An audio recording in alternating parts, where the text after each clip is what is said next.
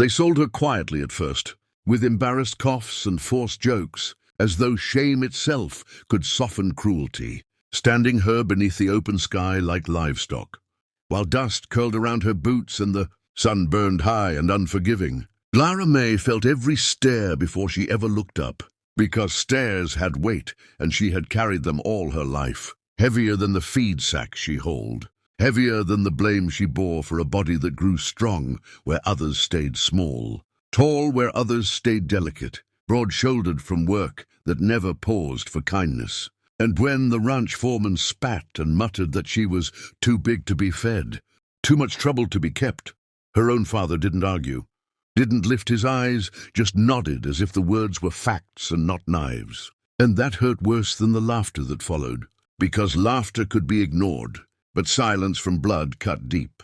And as coins clinked into calloused hands, Clara stared at the ground, tracing cracks in the dirt like escape routes she would never take, remembering how her mother used to say the land made people honest. But all she saw now was how easily honesty turned into cruelty. When weakness hid behind tradition, the men circled her slowly, measuring hips, shoulders, height, shaking heads and sneering as though her existence offended them.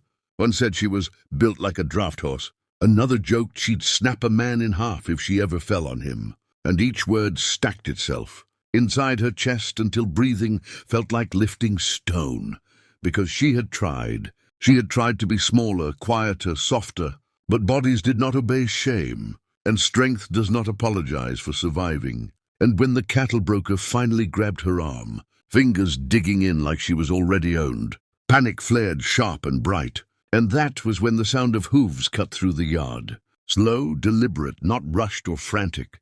The kind of riding that belonged to someone who feared nothing and had nothing to prove. Dust lifted as a single horse approached, and every man turned, irritation shifting to caution, because the rider carried himself with the quiet weight of authority, earned the hard way, his hat worn but well kept, his coat faded by sun and years, shoulders broad not with show but with purpose. And when he dismounted, the earth seemed to settle. His boots hit ground like punctuation at the end of a sentence. No one dared continue. He took in the scene with one sweep of his eyes. Coins, ropes, Clara's bowed head, and something tightened in his jaw. The broker smirked and said, "Ain't much to look at, is she? Family says she's too big to keep. Figured I'd see if anyone wanted her cheap." And a ripple of laughter followed. But the cowboy didn't laugh, didn't even blink. He walked straight to Clara, close enough that she could smell leather and dust and something steady, something safe, and when he spoke, his voice wasn't loud, but it carried. "Lift your head," he said, not as a command, but an invitation. And when she did, hesitant, eyes braced for mockery, she found none there, only calm, only assessment that wasn't cruel. And the broker snorted, saying, "Don't waste your time, friend. She's too big for any man's arms." And the cowboy looked at him then, slow and cold, and said, "That's so," before turning back to Clara. And in one smooth motion, he wrapped his arms around her and lifted, not straining, not stumbling, but holding her as naturally as if she belonged there. And the world froze, laughter dying in throats, jaws dropping as Clara gasped, not from fear, but from shock at how right it felt, how secure, how unashamed. And he looked at her, close enough that she could see flecks of gold in his eyes, and said softly, "You're just right for my arms." And something inside her cracked wide open, years of swallowed pain rushing, out in a breath she didn't know she'd been holding. The cowboy set her down gently, only to turn and toss coins at the broker, not bargaining, not negotiating, but ending something ugly with finality. "That's for your trouble," he said.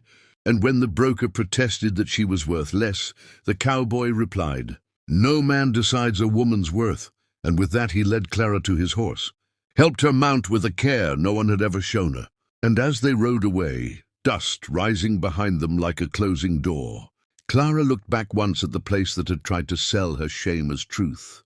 And for the first time in her life, she didn't feel like running.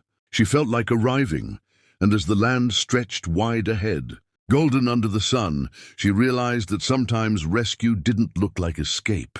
Sometimes it looked like being seen, truly seen and chosen anyway.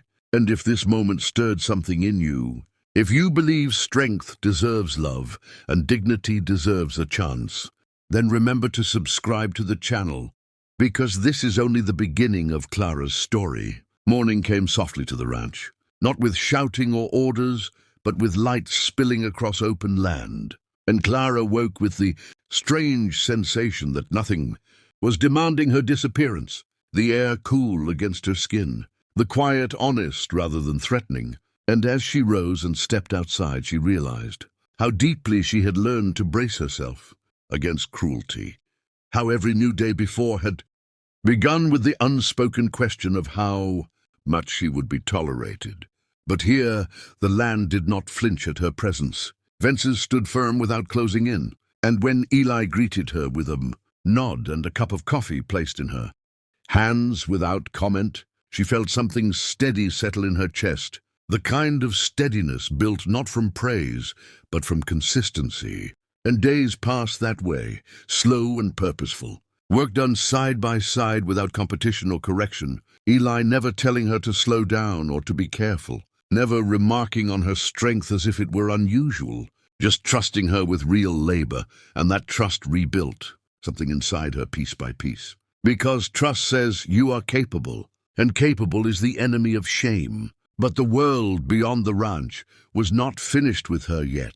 Rumors traveled faster than horses, and soon whispers reached town of a cowboy who had taken the too big girl, as if she were a prize rather than a problem, and men who had profited from her humiliation did not like losing what they believed they owned. So one afternoon dust rose hard and fast on the horizon, and Clara felt the old fear rise instinctively, her body remembering danger before her mind could reason with it. But Eli did not rush for his gun, did not bark orders. He simply stood beside her, presence solid as the earth. As half a dozen riders pulled up sharp and angry, faces twisted with entitlement, voices loud with the confidence of men who had never been told no. And they demanded Clara be returned, called her stolen property, called Eli a fool for thinking he could keep something that didn't belong to him. And Clara felt the familiar urge to disappear, to apologize for existing, but something had changed. The land had given her space, and space had given her strength. And when Eli spoke, his words cut clean through their noise. She was never yours to sell, and the men laughed, sneered, said a woman like her should be grateful for scraps, that she'd be nothing without someone willing to carry her burden. And that was when Clara stepped forward, heart pounding but spine straight, and spoke for herself for the first time in her life, her voice shaking not with weakness but with release. She told them she was done being weighed like livestock, done being blamed for a body that had worked harder than any of theirs, done being told her worth was measured by how small she could make herself. And the silence that followed was not defeat but fear, because nothing terrifies cruelty more than truth spoken without apology. And the men left not victorious but exposed, and as their dust faded, Clara realized something profound. She was no longer afraid of being unwanted, because she had learned to want herself. And that night, as the stars stretched endless above them, Eli did not claim her as his, did not promise protection like a chain. He simply said, "You don't owe me anything." And she answered with honesty that surprised even her, "I want to stay." And choice, she learned, was the most powerful form of love. Seasons turned, the ranch thrived, and Clara did too, laughter coming easier, shoulders squaring naturally rather than defensively. And when townfolk began to speak her name with respect instead of ridicule, it wasn't because she had changed her shape, but because she had changed her stance. And one evening, as the sun bled gold across the plains, Eli opened his arms, not to lift her, not to prove anything, but to hold her as an equal. And when she stepped into that embrace, she understood the truth that would carry her the rest of her life, that she had never been too big. She had simply been born into a world too small for her courage.